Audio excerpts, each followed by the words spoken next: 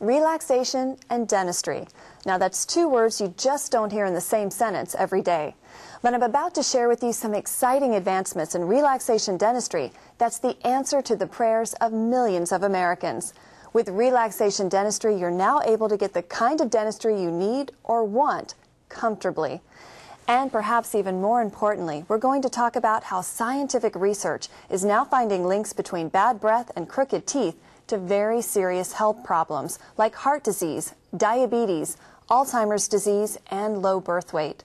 Listen, with skyrocketing cost in healthcare insurance to frightening rises in diabetes, heart disease in women, and Alzheimer's disease, it may turn out that a simple visit to the dentist can have a dramatic impact on your overall health.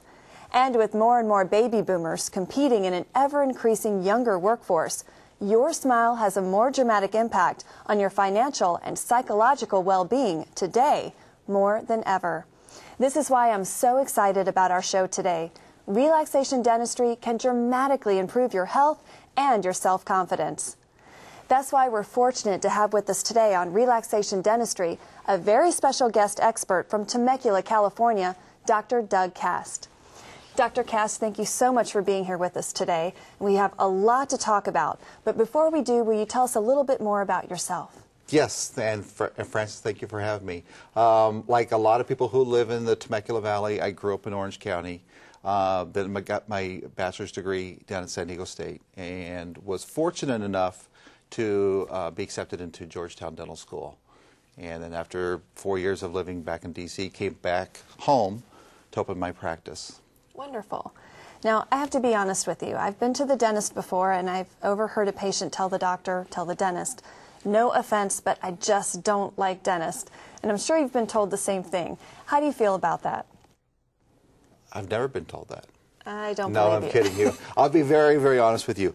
I had the exact same experience when I was a child with my dentist, and I still can recall, actually I was telling a patient about this the other day, I can still recall my dentist when I was a child yelling at this woman in the room next to me, and he was, and I can still hear his words, I fixed your mouth up one time, you didn't take care of it, I'm going to do it one more time.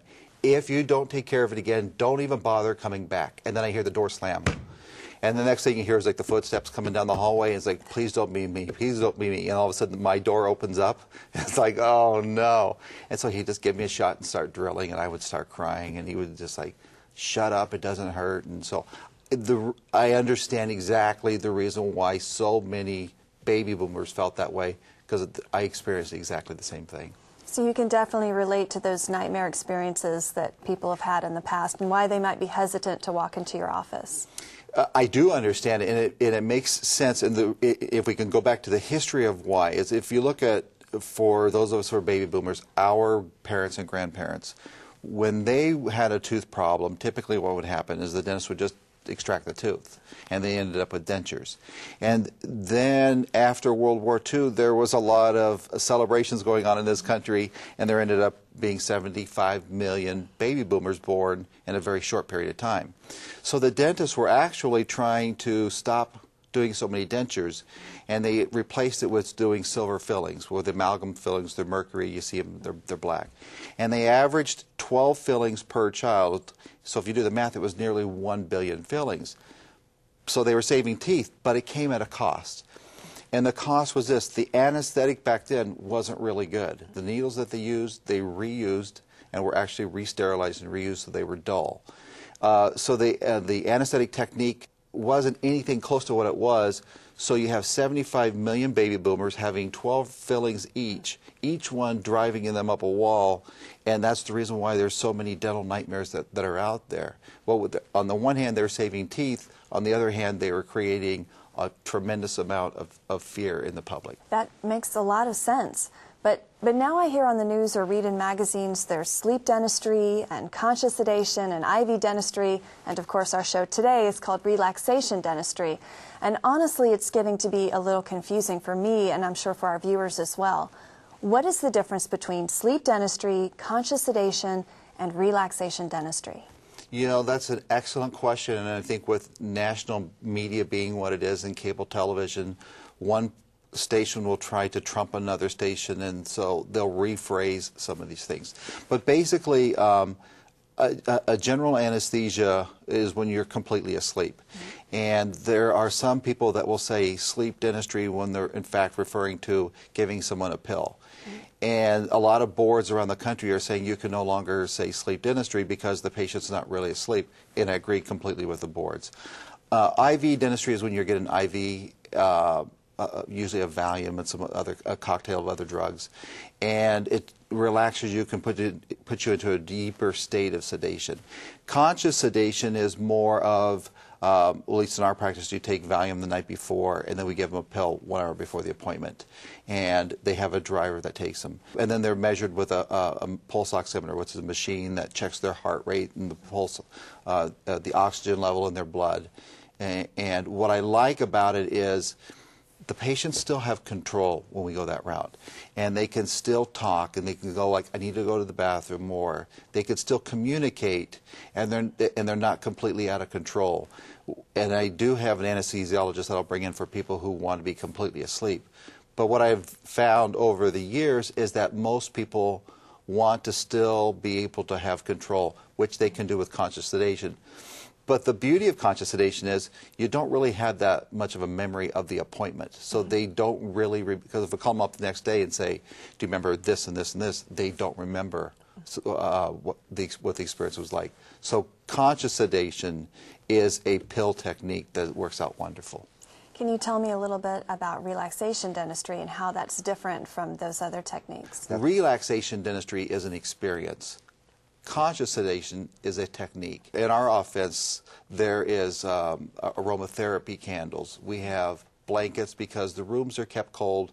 Because when I'm working on a patient, you know, I tend to get warm, and we're focusing on such a small area.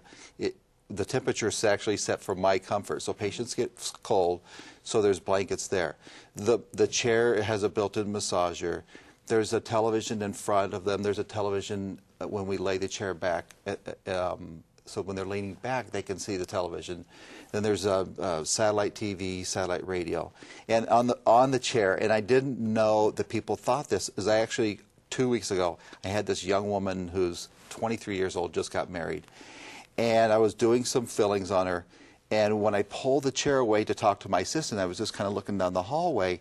And then the lady started laughing, and I'm going, but I was far away from her. I said, well, what are you laughing at? And she said, I thought when you were working on me that your knee was rubbing the chair and you were giving me a massage, and when you pulled away, I knew it was the chair that had the massage or something. And like, oh no, all these patients before must have thought I'm a freak.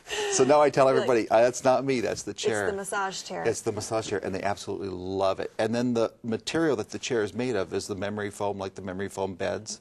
So we try to focus on the sight, smell, and sounds of dentistry and what was bad before and change it. So that's part of the experience of what relaxation dentistry is. So with this technique, you're really taking those unpleasant memories away and creating a new dental experience. Correct. Wonderful. Now, can you tell us a story about a person that you treated with relaxation dentistry and what their outcome was? This one's a typical one. She was slightly overweight, didn't really take care of her hair, had no makeup on, didn't talk much, and didn't dress real well. And she's just going, can you take care of my mouth? I don't like the way it looks. But she did not elaborate a tremendous amount. And so after we did the relaxation and did her smile makeover, and she came in for a cleaning a few months later, her hair had been colored, she lost weight, she wore makeup, she was wearing really sharp outfits, and she just would not stop talking. It was a completely different person. Everyone in the office is going like, wow, what's up with her? She was a waitress, her tips went up, and so I asked her about her tips because I knew her tips would go up. I go, tell me, are you making more money now? She goes, this is so weird. When I smile, I make more money than I used to. So now I know when I give someone the bill, take your glasses off and smile big, and I get my best tips. So it was, I'll always, whenever I think of a patient, I always think of Kathy and that smile. And that has to make you feel great, I'm sure. It does, because she told me when I first started to take the pictures before, and she held it in really, really well. She said, when you brought that camera close to my face and you were taking those pictures, I almost started to cry. And I had no clue. Well, when we come back, we're going to talk more about how Dr. Cast uses relaxation dentistry to create some absolutely beautiful smiles. And it's estimated that within the not-too-distant future, Diabetes, heart disease, and Alzheimer's disease will affect 1 out of every 2 families. And now medical research is finding a link between the bacteria in your mouth and these devastating diseases. When we come back, we're going to talk more about how relaxation dentistry plays a critical role to your overall health and well-being.